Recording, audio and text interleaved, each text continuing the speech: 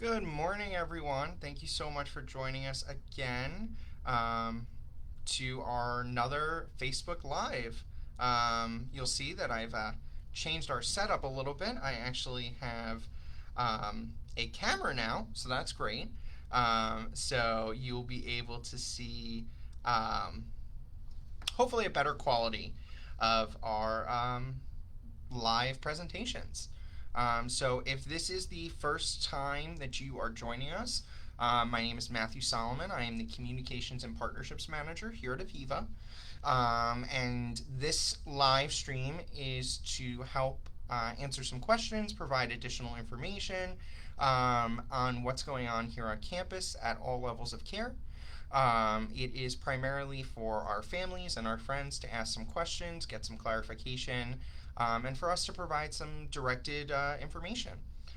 So, as always, I do encourage you to go ahead and comment your questions.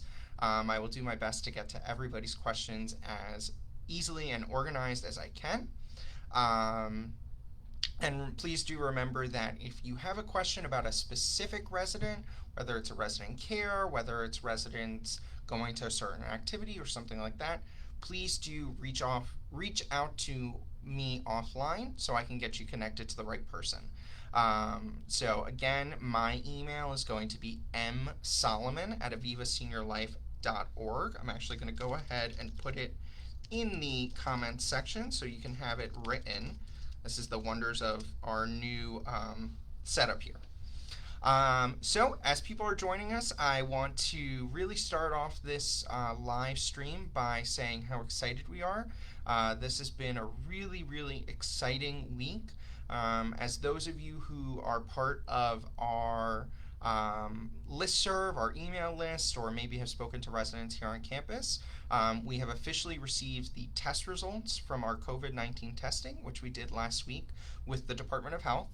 I am happy to report that as of right now, right around 98% of the results have come in. We are still waiting on a few results from some staff members, but what's great news is that all of our results for Benderson residents have come back in, and all are negative for COVID-19. All of our... Oh, can everybody hear me? I'm seeing that somebody is saying that we're having issues with audio.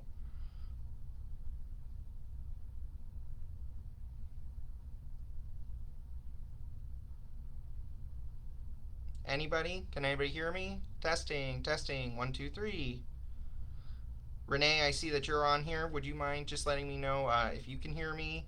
Or Lynn, I see that you're not getting audio either. If somebody can just let me know. Okay, great. Thank you, Jane. So if you're not getting audio, please just double check that you have me unmuted. Sometimes there's like a little speaker button. Make sure that's clicked to unmute. But as I was saying, so all of our residents at Benderson have received their results, and all were negative for COVID-19. All of our residents at Anshin have received their results, and all of them are negative for COVID-19. And all of our Kopernik residents have received our results. Now, I want to mention Kopernik real quick. We did have one resident who tested positive as an asymptomatic carrier of COVID-19. I know that that is very, very scary to hear, and it's very concerning.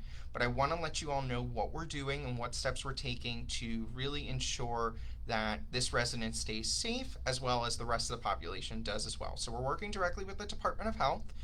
So you're all aware, once a COVID-19 positive case, whether asymptomatic or symptomatic, is identified in a senior living facility, the Department of Health takes over plans and regulations. Obviously, they do it with our consent, and they do help us kind of organize it, but it's really them kind of leading the decision making.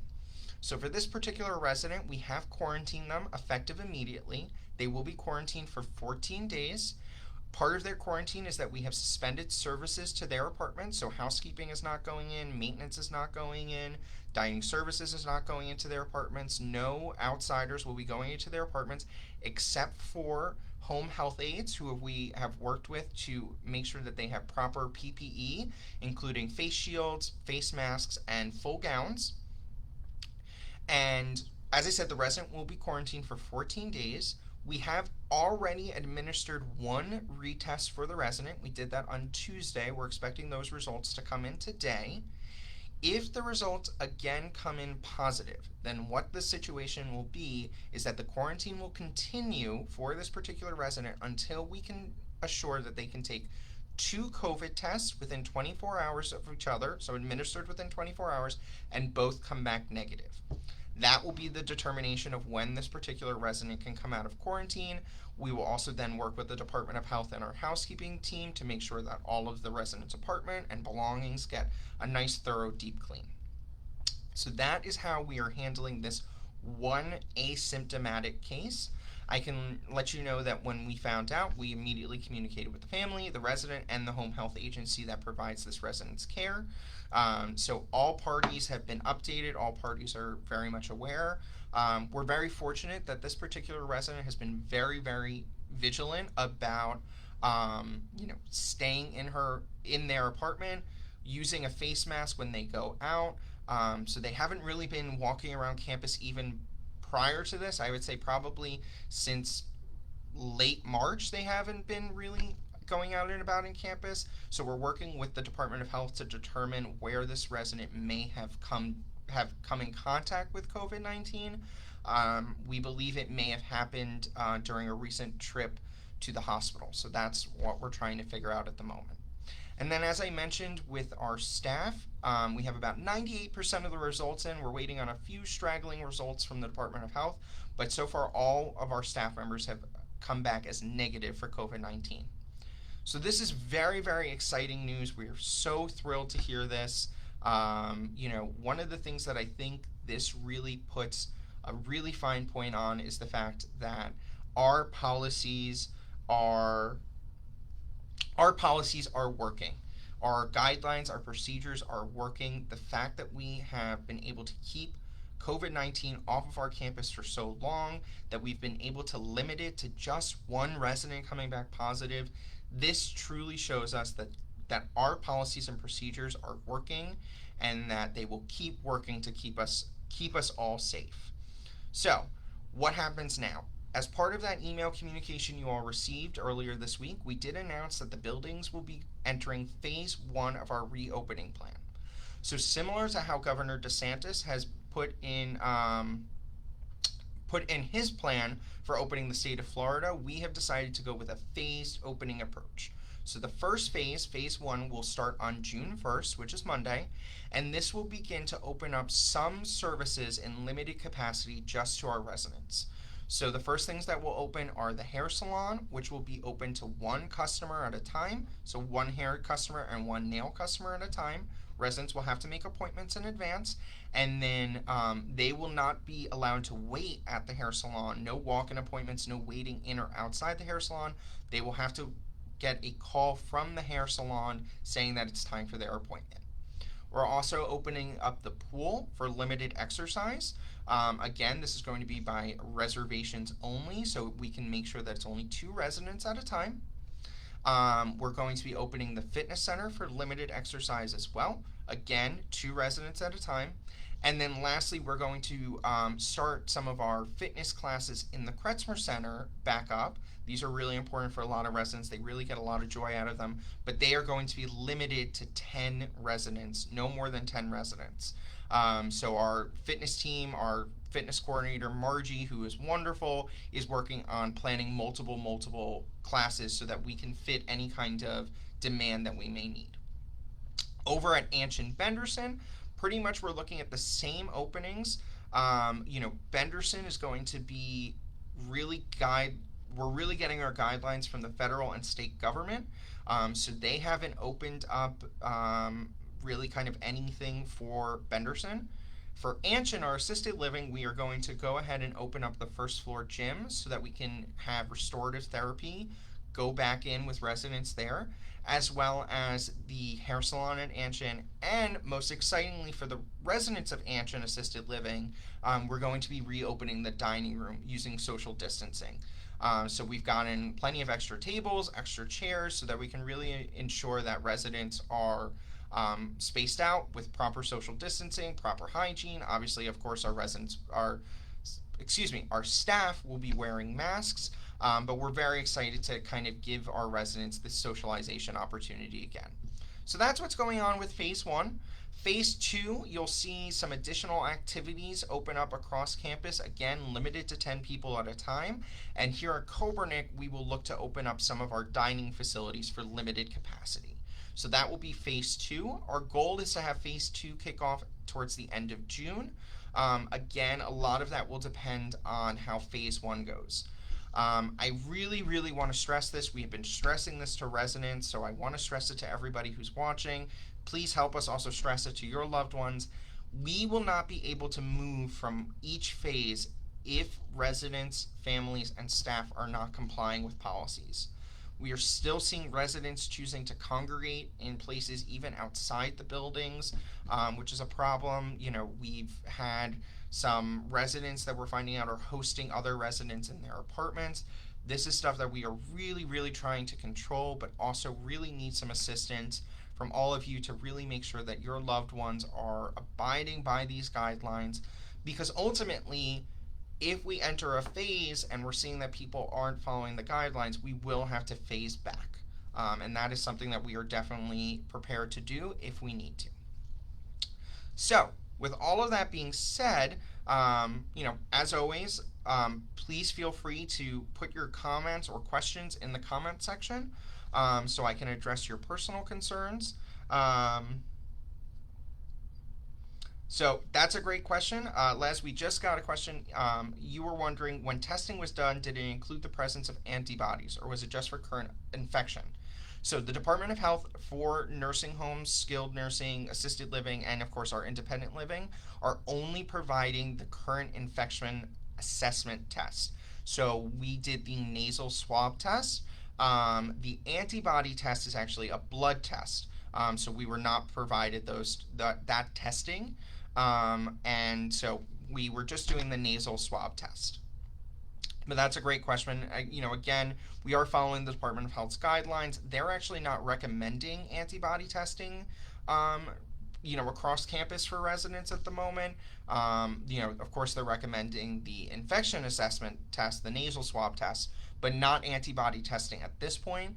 My personal guess is that the resources are just not there yet to do such a large-scale antibody testing. But again, the coming weeks will really determine how the testing improves or how much more resources we get. So great question there. Lynn, you asked, in which phase will the library be reopened? That's a great question. I believe our hope is to reopen the library in phase two. Again, there will be no furniture in the library, so it will really just be for residents to come in, check out a book, and then leave the library. We don't want them congregating in any places, but I believe our goal is to open the library in phase two.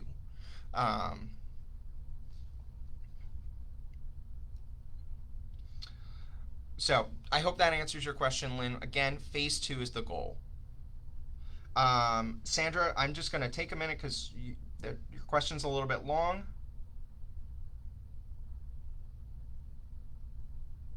Yes, okay, so Sandra is asking if everybody will continue to be required to wear masks. Absolutely. At this point, we do not see an end to people having to, so we do not see at any time a lessening of the mask wearing policy. Everything we're reading, everyone that we're talking to is saying that masks are an essential way to prevent infection. I really encourage all of you to encourage all of your friends and family to be wearing masks when they go out. So yes, that will not be changing. We are continuously offering cloth masks for residents to purchase through the grocery list. I encourage everybody, if the residents aren't purchasing through there, that they purchase elsewhere, or that you purchase for them. Because none of our residents are providing clinical care, and because none of them, excluding the one asymptomatic resident, are at risk of an infection or currently have an infection that they could pass on to another person, we think the cloth masks are perfectly sufficient. You'll see as businesses start to reopen. Many of us here in Florida are very excited that Disney World has announced they'll be opening in July. But even they are requiring cloth masks for all guests. So we are going to require the same thing. Just my own professional guidance and wisdom, if you would take it, is that cloth masks or masks in general will be with us for a very, very long time as we continue to figure out how to best protect the entire population from COVID-19. So, Lynn was asking, and I'm very happy to repeat it. All of our employees have been tested. They were about 98% with all of the results, and all of our employees so far have come back negative. If any employee, let's say, was unavailable the day of testing, they have been taken off of the schedule, so they are not reporting to work until they have been tested and we have received results. There were just a handful of employees that fell into that category, but almost all of our employees, nearly, I want to say the number was over 200, but again, I don't have the exact number, were tested here on campus, and so far all results have been negative. Hi, Richard. Hi, Mr. Weingarten. In terms of Copernic policy when hosting or having a meal with another resident or resident in your apartment, the Copernic policy is you should not be congregating in people's apartments. Really, there should be no groups of residents in people's apartment. If you want to have a dinner with one other resident, and you can assure that you can social distance with that resident, that means not coming into contact with them within a 6 feet distance. That is your personal decision to make. But having residents in your apartment for meals, for mahjong games, for anything, is violating the congregating policy. So it is very, very important that residents are not congregating in each other's apartments. One-on-one, that's going to be a different story. If you're just chatting, wear a mask. If you're keeping social distance, that's really important. But I would say no more than one other resident in your apartment at any given time. Really, there should be no more than one other person in your apartment at any given time, regardless if it's a resident, if it's a staff member, if it's a family member. Obviously, for our couples here at Copernic, if you want to have one other person join you all in your apartment, I understand that. I'm hoping that couples are not coming together to congregate, because already you're looking at 4 to 6 to a large group of people. So yes, residents should not be congregating in each other's apartments. It poses a huge, huge safety risk. So I hope that answers your question, Mr. Weingarten. I'm happy to hop on the phone with you after and provide some more details about that if you'd like. So, any questions? I'm just checking our board. As always, some great questions, everyone. One of the questions that I think we get the most often is again about visitation at Anshin Benderson, and I think it's really important to address it. Unfortunately or fortunately, Anshin Benderson falls under the guidelines of the federal and state government. So Benderson specifically falls under the guidelines of the Centers for Medicare and Medicaid, and Anshin Assisted Living and Memory Care fall under the guidelines of the state government. CMS actually released a memo this morning outlining some guidelines for reopening. What is that going to look like for skilled nursing facilities? And what's really interesting about that memo is that it specifically says that our campuses, so our assisted living, our skilled nursing, and our memory care, should not be opening until at least phase 3 of whatever the state opening plan is. In addition, that CMS memo specifically says that we must follow our state guidelines first and foremost. So that means that if CMS were to say, okay, everybody, you can open up your skilled nursing facility for visitors, but the state government, Governor DeSantis, says, no, that's not happening here in the state of Florida, then we have to abide by the state's ruling. With that in mind, that's why we're looking at that July 8th date, because Governor DeSantis extended his executive order, which he passed in early March, that closed down assisted living and skilled nursing facilities. He extended that. I believe it was last month. He extended that order, and that order then expires on July 8th. If he chooses to rescind that order before July 8th, then we will consider reopening for visitation. Again, there's a lot of different factors about what we're thinking about with assisted living and skilled nursing. But unless he rescinds that order, we're looking at no earlier than July 8th to be allowed visitors. We understand that that puts our families at an incredible burden. It puts our residents in further isolation. But again, these are the guidelines that we are being given. This is the procedure that we need to follow, and we are going to follow it to the letter because, as I said at the beginning of the stream, it's working. It is clearly working. Our policies and procedures are working. If you look at the fact that we have one resident who is asymptomatic, and the reason why we retested her so early is because we were concerned about the possibility of a false positive. It just, again, I cannot hammer it home enough. Our policies are working, and that's why we're going to keep enforcing them, and we're really going to ask everybody to respect them. Nancy is asking about home health aides. Have they been tested and results received? Absolutely. So right around the same time that we announced that we would be testing our entire campus, we sent out a letter to all home health aides, both the agencies and the private home health aides, requiring that they be tested the same week we were tested and present results. So we have, again, I want to say we have 98% of those results in. We may have one or two stragglers that I believe our Director of Resident Services, Esther Bodfield, is handling, coordinating with. But all of those individuals have been found negative for COVID-19. It's important to keep in mind that whether it's a staff member of Aviva or a private home health aide, if they were to test positive, they would not be allowed back in the building. Regardless if they work for us or not, anybody who tests positive, who is not a resident, who this is not their home, is not allowed on our campus at the moment. We do have a policy in place that they will have to quarantine, they'll have to present us negative test results, but if they are positive and they are not a resident here on campus, they are not going to be allowed on campus. So, Rhoda, Miss Benningson. Hi, Miss Benningson. What is the protocol for pizza delivery persons? So, food delivery, and I know, Ms. Benningson, you had brought up with one of my colleagues a little bit of an issue, and I believe that we're working on looking at what that particular situation happened.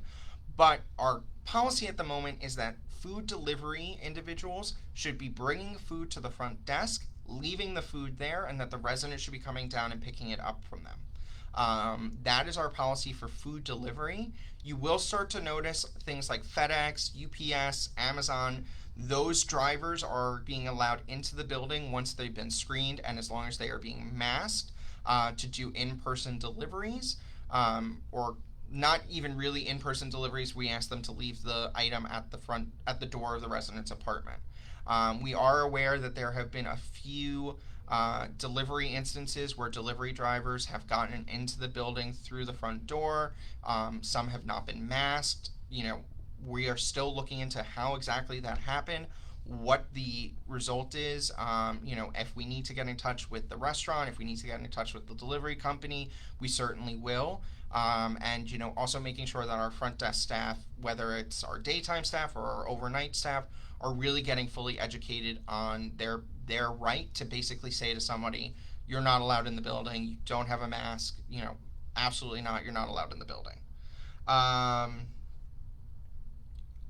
So that's what we're trying to do with food delivery.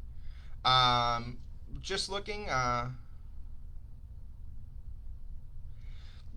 Mr. Weingarten is replying that he's thinking that maybe 3 residents all in a mask or more than 6 feet apart should be acceptable, especially after testing.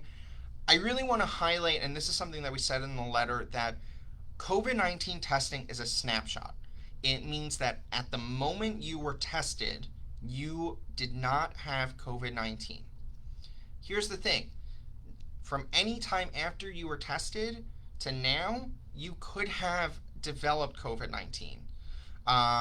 You could have caught COVID-19. If the contact tracing that we're seeing is correct for the resident who tested positive, they may have gotten COVID 19 from going to the hospital.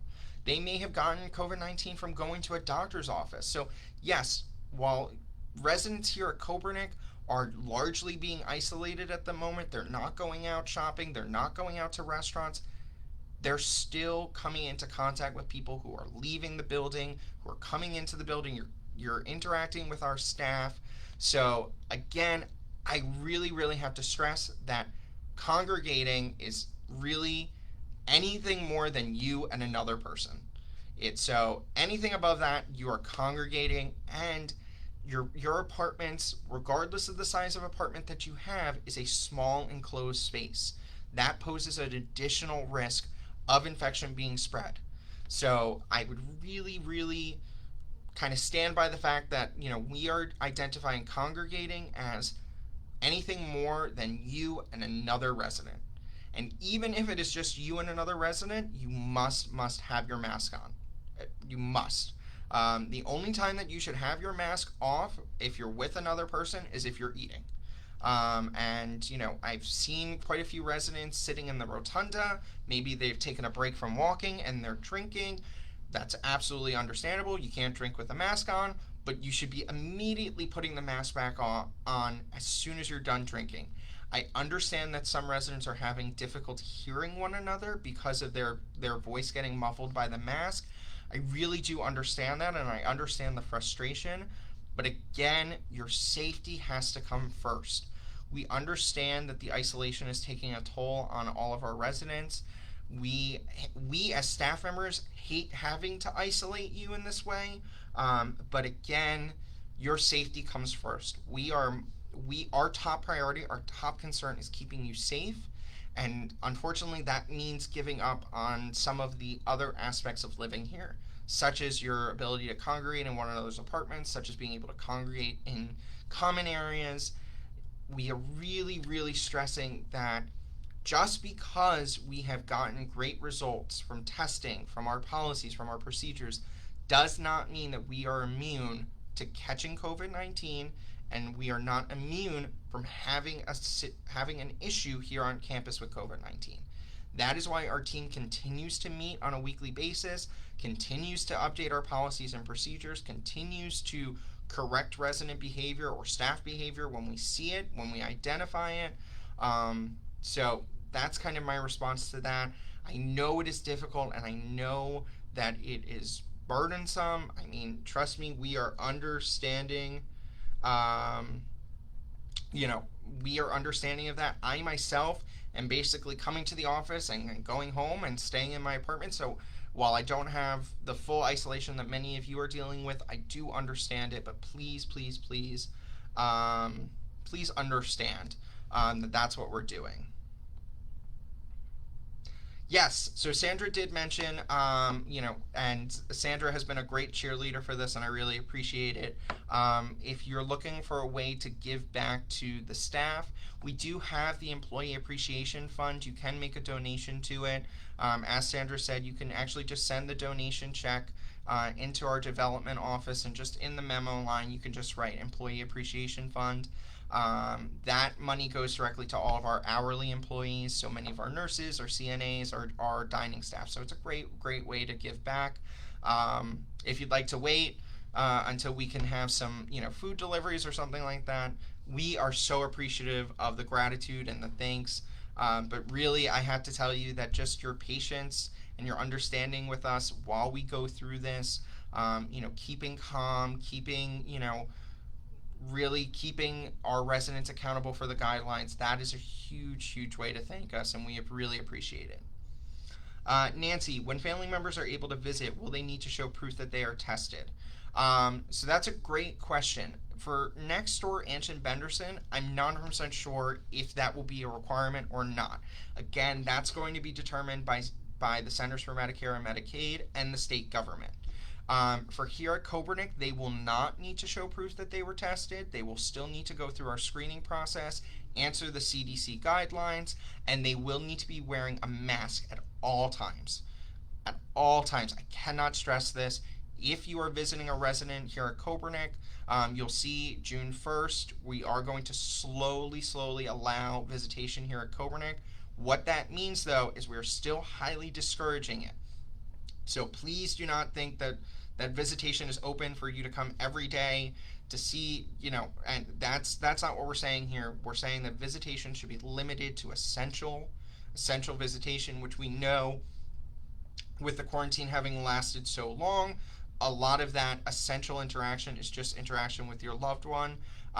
But there are still stipulations about that. First and foremost, you have to be screened, you have to have your temperature checked. Second, it is one visitor at a time. Even if you are with your spouse or a child or something like that, it is one visitor at a time. The next thing is that you have to be masked at all times, including when you are in the residence apartment. That, I would actually say, is going to be the most important time that you are masked. Just because you are in your loved one's apartment does not mean that it is okay to take off your mask. Then it is more important than ever to wear your mask. You're in a closed space. You may be not necessarily adhering to social distancing guidelines. That is the most important time to wear your mask. Your visits will have to be limited to just the resident apartment. You will not be able to access any common areas. Family members should not be coming down to get their residents' mail. They should not be coming down to get their residents' food. If you are visiting a Copernic resident, you should be going from the front door directly to their apartment, and then when you leave, you should be going from their apartment directly back out to the front door. So that is how visitation will work here at Copernic. Again, I really highly recommend that you limit your visitation if you are choosing to do so. Know that it will be one person at a time. At the moment, we're asking families to kind of be respectful of that.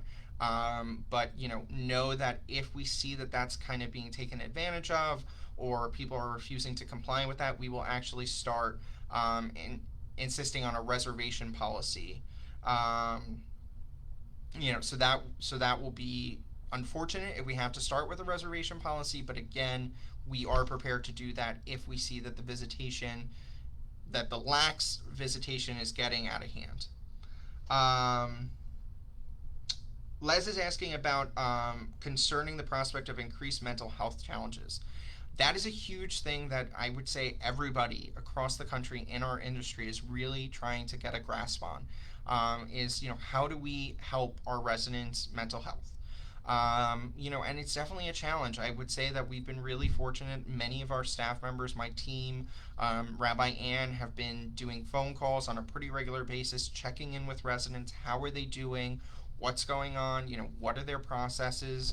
I know a lot of our physicians have also been really spending a lot of time on their telehealth visits, or even, our staff physician, Dr. Morrison, who's been coming in to see residents. He's been spending a lot of time talking to them about the mental health challenges as well. It's an interesting dichotomy. I really have to be honest with you.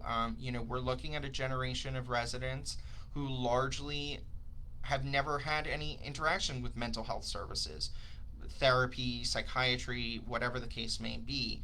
And so even though they're dealing with these issues, they're still struggling to kind of accept that. We're hoping that as of next week, as things start to open up, we can see a lot of that isolation kind of slowly start to dissipate as we continue to open up further amenities. But it's a great question, and it's something that we're kind of struggling to figure out the perfect approach for. There's been talk about, do we need social workers on campus? Do we need a full-time therapist? That's all stuff that we're currently considering to really make sure that our residents can really come out of this crisis as strong as they were before. So, I don't want to say that we're seeing the light at the end of the tunnel of this crisis being over, but, we're definitely thinking about what does our new normal look like. So, great question. And I definitely know it's a concern that we're definitely taking into consideration. So, any other questions? What's on our minds? Any concerns or things that we're struggling with? This is a great time to bring it up, to really get those answers.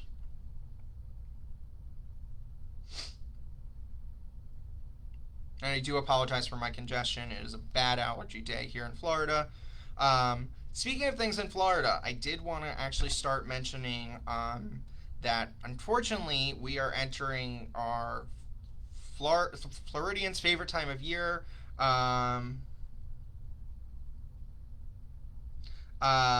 Is, we are getting prepared for hurricane season. So it's something that none of us want to think about, but it is quickly approaching. I will be letting everybody know that we will be sending out some additional information about what our hurricane policies will be in light of COVID. I don't expect much to be different than what we normally do for hurricanes, except for maybe some differences in allowing staff to stay here, allowing families to stay here. So we are currently working on those plans and plan to release information to families and residents in the near future. Lynn, yes, residents can start making appointments at the beauty salon as of Monday. The ladies from the beauty salon will be on campus, and there is a phone number that all of the residents have. It's actually on their phone list for the beauty salon. They are going to have to call in and make an appointment. They cannot just stop by and make an appointment in person. It has to be over the phone. So if a resident is having any trouble, thank you, Ellen. I just saw her message, and I'm going to give her a shout out in a second. But if anybody's having trouble getting in touch with the salon, my best recommendation is that they go ahead and just call the front desk, and the front desk can transfer them directly to the beauty salon. But keep in mind, there are going to be limited appointments to give time for sanitation. So many residents who I would say have regular appointments are going to have to be flexible with that. And we have kind of forewarned them, but it's definitely going to be a little bit of a learning curve, I would say. So, but yes, Monday they can start calling to make those reservations. I do want to give a shout out to Ellen. If you are a family of Anshin and Benderson, you have met or interacted with the amazing Ellen. She is our life enrichment coordinator next door. She is just a huge bundle of positivity and joy. And I have to tell you that some of the stuff that she is doing with our residents there to keep them engaged, to keep them excited and happy is just so heartwarming. I know many of you saw on our Facebook Ellen's famous Ellen's famous ice cream truck. That has been a huge success, and we were able to bring that to Kobernik as well.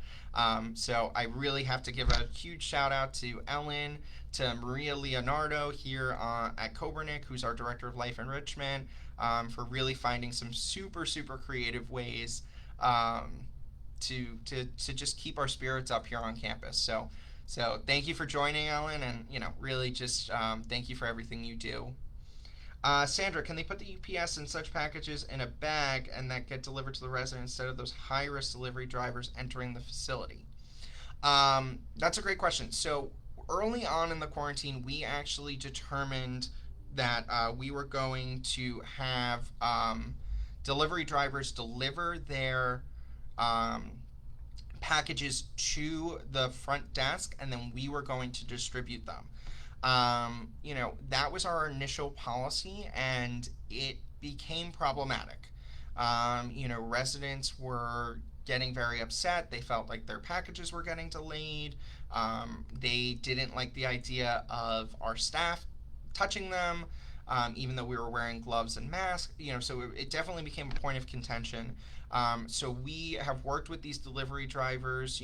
There are some really amazing delivery services. UPS is doing a great job at sanitizing, as is FedEx. So I absolutely appreciate what you're saying, Ellen. What you're saying, Sandra. But I think that for right now, the best strategy is to really work with the delivery companies to ensure that they are just doing the best that they can. So, the other thing to keep in mind is that, these delivery packages are being touched by quite a few people, whether it's, Excuse me, 1 second. But either if it's at the storage facility, either if it's being in transit. So to say that the delivery packages themselves are going to be safer in a bag than if they were handled by a delivery driver. I'm not sure, if that's really going to be the case. Um, so that's really, really important to keep in mind. So that would be kind of my answer to that.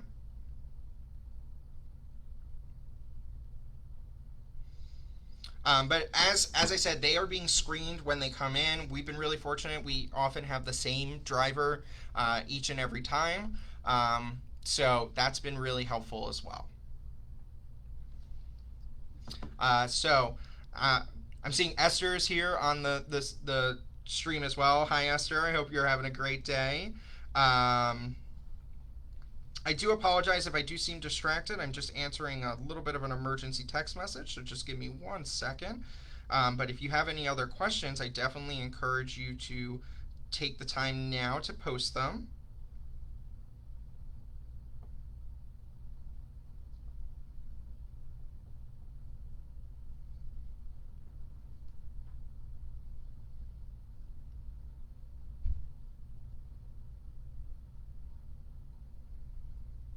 So I do apologize for that. So where were we? So we were talking about delivery drivers. As I said, we are looking into delivery drivers that may have gotten through our guards with some delivery food, and we're definitely handling that right away. So I'm seeing some great positivity about Ellen. Really, really highly recommend you give her a shout out. So, any other questions now? I always like to be cautious of our time. We've been on for about 45 minutes. So, any questions, concerns? I really do appreciate everybody participating in these live streams, and really working together to best serve our residents. So again, the attitude this week has been pretty celebratory, based on our test results. It is a huge, huge accomplishment here on campus. It's something that we're really proud of. It's something that the Department of Health has given us a lot of great praise and gratitude about, given so many situations across the state that are very different from us. So it's something that we're very, very excited to announce and excited to share with everyone. So, um, again, I would say, if there's not any additional questions, I want to leave everybody with a couple things. First of all, we've had a lot of questions today asked about masks. Please, please, please share with your network, share with your family, share with your friends. Everybody should be wearing a mask. If you are around other people, you should be wearing a mask. I highly recommend that all of you look to purchase masks, multiple masks. I really feel like we're going to be wearing them for quite a while as we continue to battle the COVID-19 issue. Second thing is, I want to stress our test results came in and they were overwhelmingly positive. We're at about 98% completion. We are still waiting on a few additional staff results, but at that 98% completion rate, we have only identified one individual, a resident here in Kobernik, who is asymptomatic but positive for COVID-19, and we are working with that resident and the Department of Health to make sure that they are quarantined, properly tested, and that their apartment and personal items are going to be properly sanitized when the time comes, so that they can safely become a part of the community again once they are tested negative for COVID-19. And I would say the last thing is just, please, please, please keep that optimism, keep that patience going. We understand that this is such a tough time for all of us, for families who are separated from their loved ones. Please understand that we are doing the best we can to make sure that everybody stays safe, and ultimately that's going to be our goal.